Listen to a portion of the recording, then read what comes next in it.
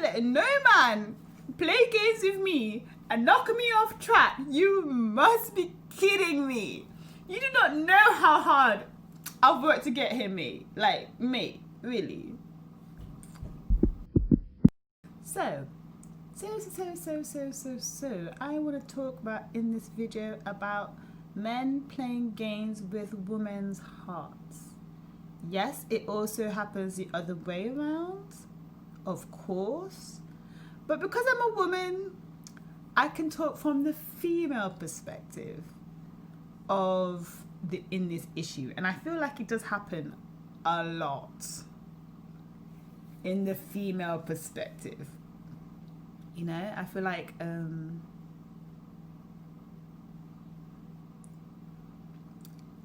play games because it's their nature to play games. I'm not even disrespecting men. Like, it is their nature to play games. It's like the cat and the mouse and the predator and the prey and the let me try to get you and eat you. Or let me try and pounce on you. It's just the nature of life, you know.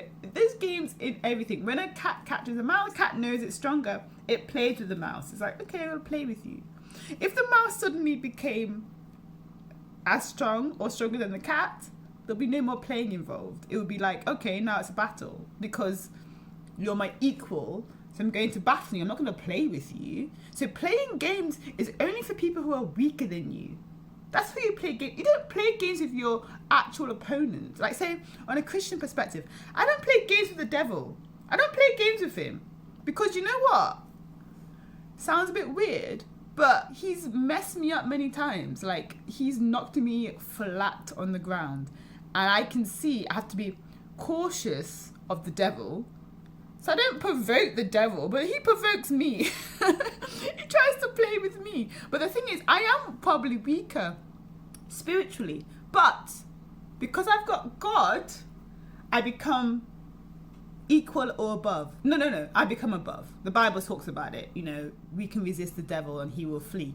So it's because the power of God inside of me allows me to be bigger than the devil and to resist him and allow him to flee. You know? So that's basically what I'm trying to talk about. So in that context, no, not even in that context, but in general, so regarding playing games, boys do it, men do it, but they do it to try to assert their dominance. They're trying to assert who is the strongest one in this potential relationship, who is going to be the dominant one, you know? And if, for example, you don't allow them to win any of the games, then they know that you are either their equal or you are maybe slightly got an edge, maybe slight edge. You got a slight edge. That's why men play games, is to assert their dominance and to see how much rubbish you'll take. When I was younger, oh my gosh, I was so naive. I thought everything was like a Disney movie, and that was everything, you know? Like, that's how men treated women. They would like lay on the floor, expect us to walk on them with our heels. I don't know what Disney movies I was watching, but yeah, but I thought that's what happened. But it's not. That's not how men are, especially in this day and age. You are wrong if you think men will do that in this day and age. Like, there will be some virtuous men that would just do anything for you. That will happen regardless, and that's beautiful. But the majority of men, let's say 90%, 80%, that's me being generous, are going to be the same, you know? They're going to play games with you. They're going to try to assert their dominance. They're going to be really intense in the beginning, and they're going to pull back. I'm going to be like, okay, what's she going to do?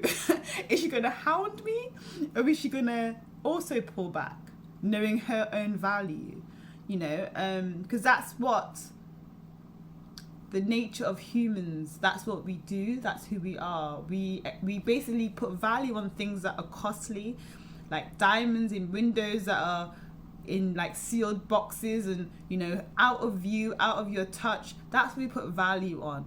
We don't have value on things that are in the the pound shop bin, you know, with like 50% marked off it. That's not what we have value on. Like, that is not valuable in our eyes. So we won't seek out the pound shop bin unless you just like a good bargain. But then again, it's accessible, it's disposable. You can just get many of them and you can just throw them away as quickly as you get them. It's as quickly as you throw it away. So that is what I'm talking about. I'm talking about people who want to sometimes take discount off, but because of the nature of the item, they can't. You can't get discount off a diamond, darling. A diamond? I don't think so. There's no discount to be had.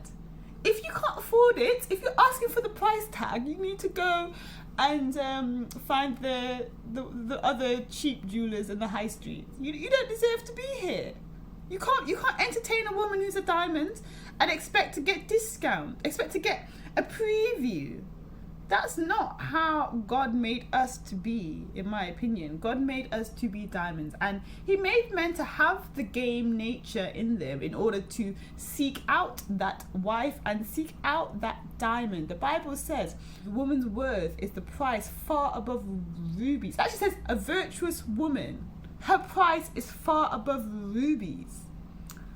That is music to my ears. You can't find rubies in the pound shop, mate. If you want pound shop goods,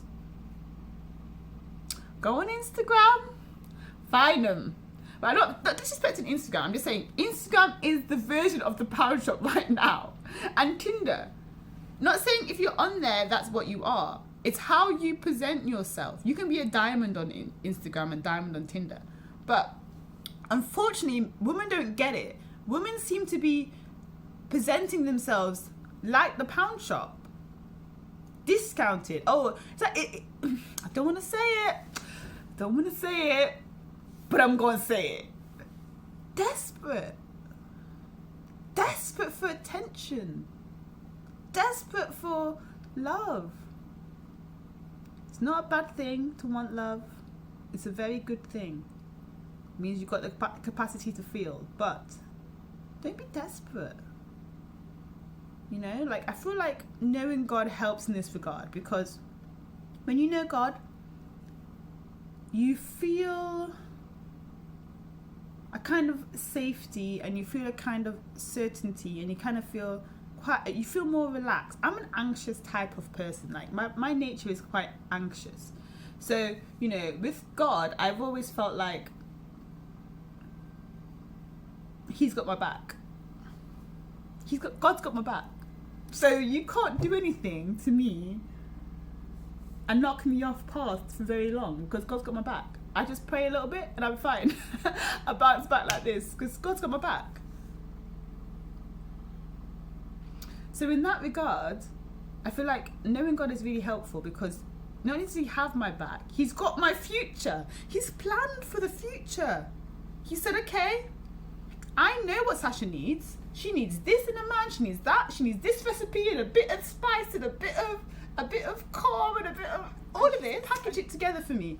And he's out there somewhere, and he's being prepared for me and I'm being prepared for him. And it's as simple as that. So when you both realise each other, we can see each other and the scales come off our eyes, and then that will be that. You know, like, done deal. Don't know how the process will work out, but that's how I envision God's going to work in my life, you know. So when you have that kind of view, how can men trip you up? They can't. They literally can't. Like, you don't understand. I've had men try, very intelligent men, very intelligent, try to trip me up in this regard.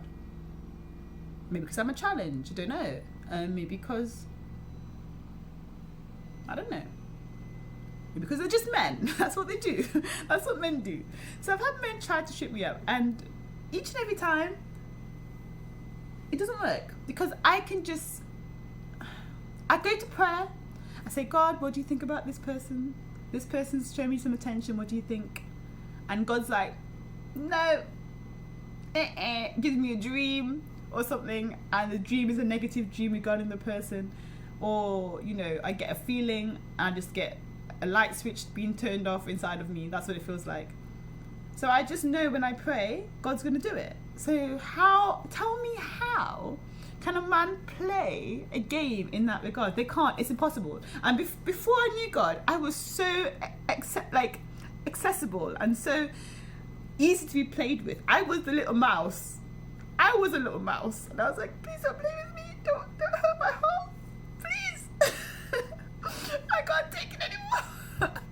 I laugh now, and I'm sorry, I don't mean to laugh, because some people are actually going through this. I don't mean to laugh, but genuinely, become that giant inside of yourself. Know your worth, know your value. Become a giant. But you're like, listen, you can't mess with me because you don't know who I am. You don't know what I stand for. You don't know who I know. I know God. You can't mess with me. You know, I'm not here to be messed with. I'm here to be loved, adored, and cherished. And for me to do the same to you. And to nurture and to grow and support you, you know, as well as to receive the same. So if this is what you stand for, a man can't play games with you. You only let men play games with you because you don't know who you are. Whew, that was fire. But it's true. You don't know who you are. You don't know the depth of who you are. You know? That's the only reason a man can play games with you. And actually, that's what the man is. That's what he's trying to assess. He's trying to assess if you know yourself when he plays these games. Do you know yourself enough to be wiser than him? To be dominant in a sense of you're going to be able to put a boundary in place and not crumble at the first sight of pressure or withdrawal. I've worked hard to get here.